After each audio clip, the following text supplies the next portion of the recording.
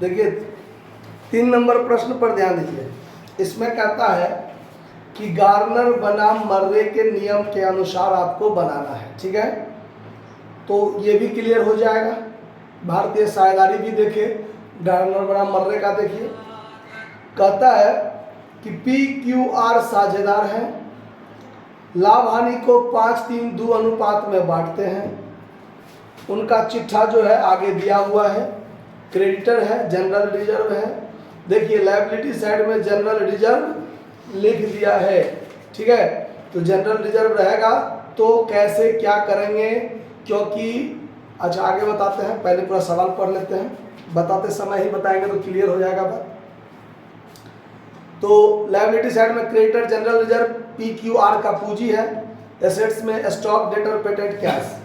फिर आगे है वित्तीय संकट के कारण फर्म को विघटित कर दिया, संपत्ति से वसूली, स्टॉक से 16,000, पेटेंट से 1900, डेटर से 22,000, लेनदारों को 2100 के बट्टे पर घटाते हुए भुगतान कर दिया, विघटन का ब्याज 2000, आर दिवालिया हो गया और उससे सिर्फ 120 रुपया प्राप्त हुआ।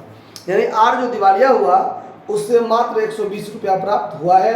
गार्नर बनाम मर्रे के अनुसार बनाइए। तो देखिए इसमें कैसे बनाएंगे, तो सबसे पहले तो रियलाइजेशन बनाना आता है आप लोगों को, रियलाइजेशन अकाउंट।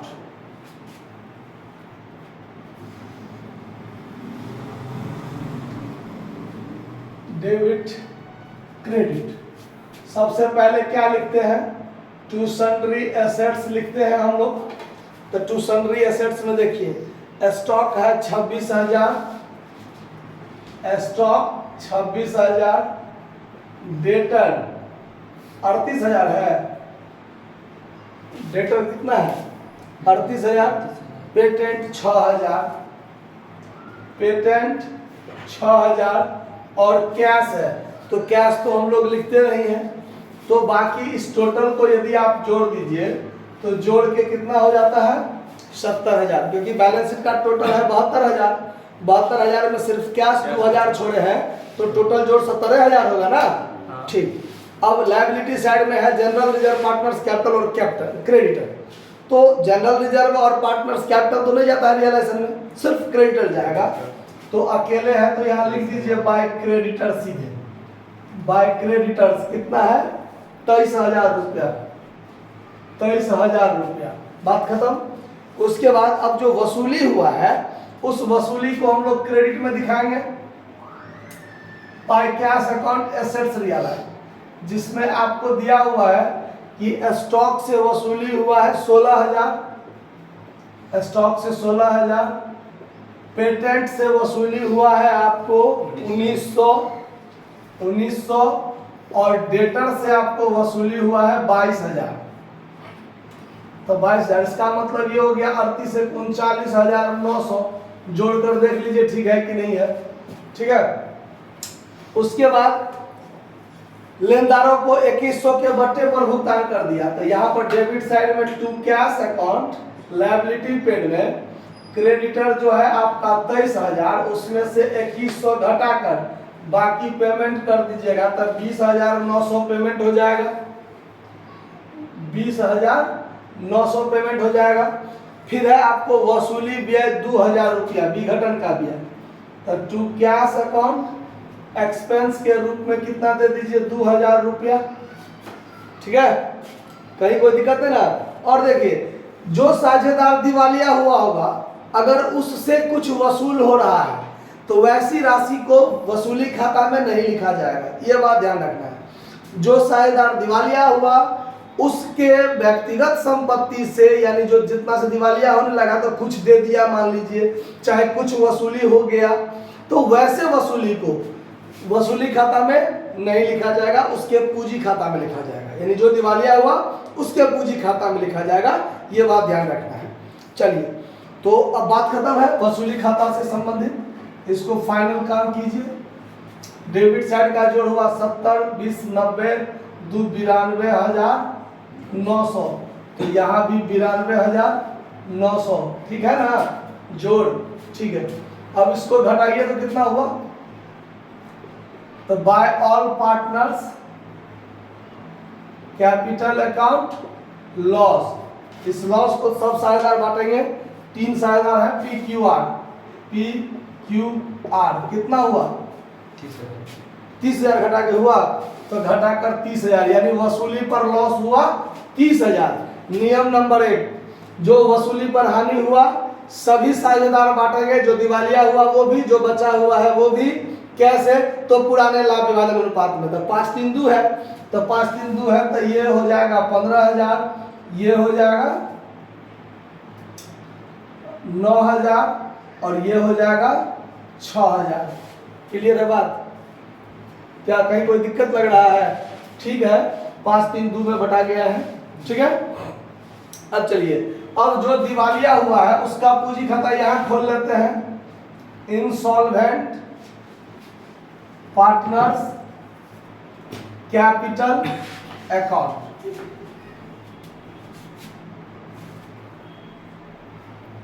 Credit debit. दिवालिया कौन हुआ है? आर, बचा है पी क्यू, तो सॉल्वेंट का कैपिटल यहां खोल लेते हैं। Solvent partners capital account.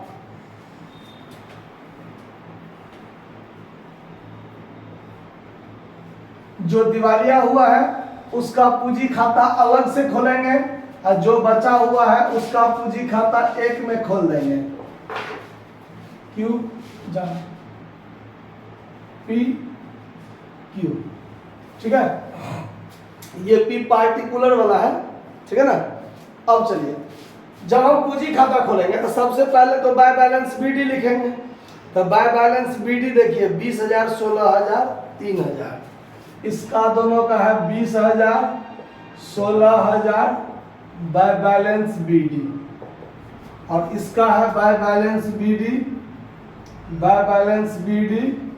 3,000। ठीक है, फिर है ये रियलाइजेशन लॉस, तो यहाँ पर टू रियलाइजेशन अकाउंट लॉस, तो आर का हिस्सा ये 6,000 है, 6,000, यहाँ भी to realisation account loss 15,000, 9,000। Clear है बात? लिखा गया ना।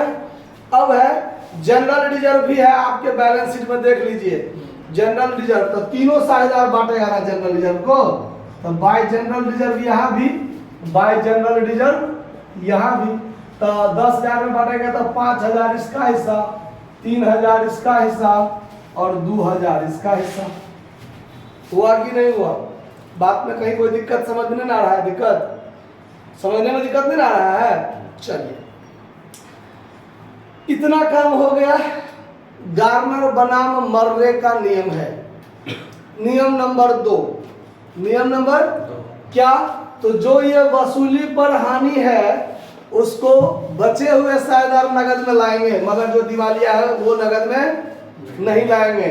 तो यहाँ पर ये 15,000 और 9,000 को बाय कैश अकाउंट कोस्ट में लिख दीजिए, रियलाइजेशन लॉस ब्राउट। ठीक है, ये आदमी 15,000 लाएगा और ये 9,000 लाएगा। समझ में आया बात? ठीक है, दूसरी बात, जो दिवालिया हुआ है उसके संपत्ति से भी कुछ वसूली हुआ बाय कैश अकाउंट, इससे एसेट्स रियलाइज्ड 120 रुपया हुआ है। सवाल में है ना लिखा हुआ कि जो आर दिवालिया हुआ उससे सिर्फ 120 प्राप्त हुआ था, 120 प्राप्त कर दिए ना हम। समझ में आ रहा है ना? कहीं दिक्कत नहीं आ रहा समझने में? चलिए, नियम नंबर 1 हो गया, वसूली पर हानि को लाभ विभाजन अनुपात में बांटेंगे। नियम नंबर 2, वसूली की हानि को नगद में लाएंगे। हो गया। अब आएगा नियम नंबर 3, जो फाइनल नियम है। जो साझेदार दिवालिया हुआ, देखिए इसका डेबिट है 6,000, तो यहां भी 6,000 होना चाहिए। दोनों से बराबर हुआ तो दिवालिया नहीं हुआ, लेकिन पूंजी कम हो गया और खर्चा इसका ज्यादा है तो वो दिवालिया हो जाएगा। तो 3 2 5, 5,120 घटा, तो बच गया कितना? 880 ना। तो ये दिवालिया कितना से हुआ? 880 से। तो bye solvent partners capital account. अब ये पी और क्यू भाई साहब बांटेंगे। कैसे बांटेंगे? तो इसके लिए नियम नंबर 3 कि जो साझेदार दिवालिया हुआ उसके पूंजी की कमी को जो बचे हुए साझेदार हैं वो पूंजी अनुपात में बांटेंगे। किस अनुपात में बांटेंगे? तब पूंजी अनुपात, गौर से समझिए इस बात को, पूंजी अनुपात जो बनाना है वो पूंजी दो तरीका का होता है। कितने तरीका का? अस्थाई, परिवर्तनशील। अगर सवाल में अस्थाई का चर्चा नहीं किया हो या परिवर्तनशील का चर्चा नहीं किया हो तो परिवर्तनशील मानकर हम लोग चलते हैं। क्या मानकर चलते हैं? परिवर्तनशील मानकर चलते हैं। तो जब परिवर्तनशील हो पूंजी तो कैसे बनेगा पूंजी अनुपात? तो देखिए इसका जो पूंजी है और जनरल रिजर्व में जो हिस्सा है, थ्योरी में बताया था ना कि जब पूंजी स्थिर हो, अगर पूंजी स्थिर होगा तो देखिए इसका पूंजी 20,000 और 16,000 है, तो 20:16 में बटाता, 20:16 में बटाता इसकी कमी को, ये 880 को। लेकिन इसमें लायबिलिटी साइड में जनरल रिजर्व भी दे दिया है। क्या दे दिया है? जनरल रिजर्व दे दिया है। तो हम ये मानकर चलेंगे कि उसका पूंजी क्या है? परिवर्तनशील। क्यों? तो सवाल में स्पष्ट चर्चा नहीं है कि पूंजी अस्थाई हो। अगर जनरल रिजर्व दिया रहता, दिया है सवाल में, कोई बात नहीं, कह देता कि पूंजी को स्थिर मानकर बनाइए, तो हम लोग इस 880 को यही 20:16, यानी अगर इसको और छोटा करेंगे तो 5:4, 5:4 में इसको बांट के दोनों साझेदार भरपाई कर लेता। ठीक है। लेकिन यहाँ क्या है कि बैलेंस शीट में जनरल रिजर्व भी है, तो जब साझेदार जनरल रिजर्व को बांटा, ये 5,000 इसमें जोड़ दिया और ये 3,000 इसमें जोड़ दिया, तो जोड़ने के बाद अब इसका पूंजी 25,000 और इसका पूंजी 19,000 हुआ ना। तो अब इस दोनों को जोड़ के जो पूंजी अनुपात बना, उस अनुपात में इस कमी को भरपाई किया जाएगा। तो यहां पर लिख देते हैं note, capital ratio for deficiency of insolvent partner, insolvent partners capital. तो इसके लिए P और Q का 20,000 प्लस 5,000 मतलब 25,000 और इसका 16,000 प्लस 3,000 मतलब 19,000। 30 कट गया तब 25:19। यहाँ पर हम लोग 25:19 और 25:19 में यदि हम बांटेंगे तो 25 और 19 को जोड़ के हो जाता है 44 और 44 से इसको भाग देंगे तो 20 एक यूनिट हुआ 20, तो 20 से इसको गुना करेंगे तो 500 और ये 380। समझ में आ रहा बात? अब ये 500 और 380 को यहां पर ट्रांसफर करेंगे टू आर्स कैपिटल अकाउंट जो भरपाई किया है, तो 500 ये किया है और 380 ये किया है। समझ में आ रहा है बात? गार्डर बड़ा मरने का नियम समझा ना। अब इसको फाइनल पेमेंट करना है तो 20 5 25 25 15 40,000, यहाँ भी 40,000 और 16 3 19 19 9 28,000, यहाँ भी 28,000 और यहाँ घटा दीजिए, जो बचेगा वो to cash account final payment. तो कितना बचेगा? 24,500 इसके लिए बचेगा और इसके लिए कितना बचेगा? 18,620। देखिए ना, 9,000 से 9,000 हटिए गया, 19,000 में से 380 जाएगा तो 18,620 ना होगा। चलिए अब बनाएंगे हम लोग अंत में क्या? Cash account.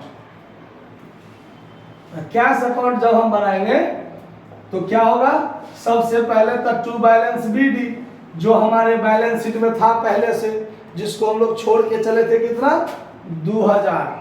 अब एक खाता, दो खाता, तीन खाता, कहाँ कहाँ कैश है सबको खोज के लाके इसमें ठोक दीजिए। रियलाइजेशन के क्रेडिट में कैश 39,900 तो डेबिट में 39,900 और यहाँ लिखाएगा to realisation account assets realised.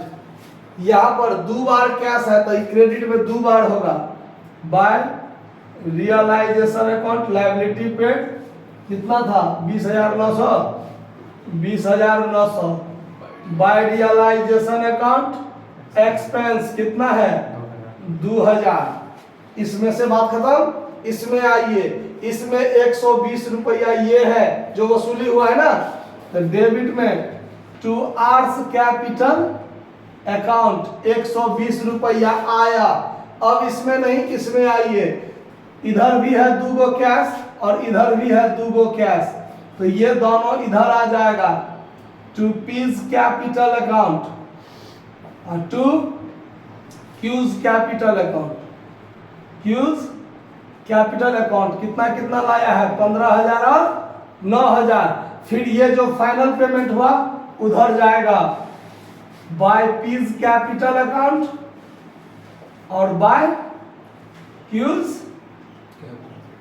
Capital account. इसको पेमेंट कितना हुआ 24,500 और इसको हुआ 18,620। अब दोनों को जोड़ दीजिए, बराबर हो गया तो समझिएगा विजय प्राप्त हो गया। तो फटाफट जोड़िए दोनों साइड, कितना कितना हुआ 15 न 24, 24 और 30, 24 और 30 कितना हुआ 54, 54 और 11 65, 65,000 एक 66,020 आया है 66,020। चलिए 66,020, तो इधर भी 66,020 जोड़ कर देख लीजिए होता है कि नहीं। आ गया 18 2 20 20 40 40 20 60 4 64 64 और इन तीनों को मिला के 2000 लगभग हो जाएगा 20। चलिए, तो सवाल बनकर तैयार है। कहीं किसी को कोई दिक्कत सो बोलिए, नहीं है तो नोट कर लीजिए।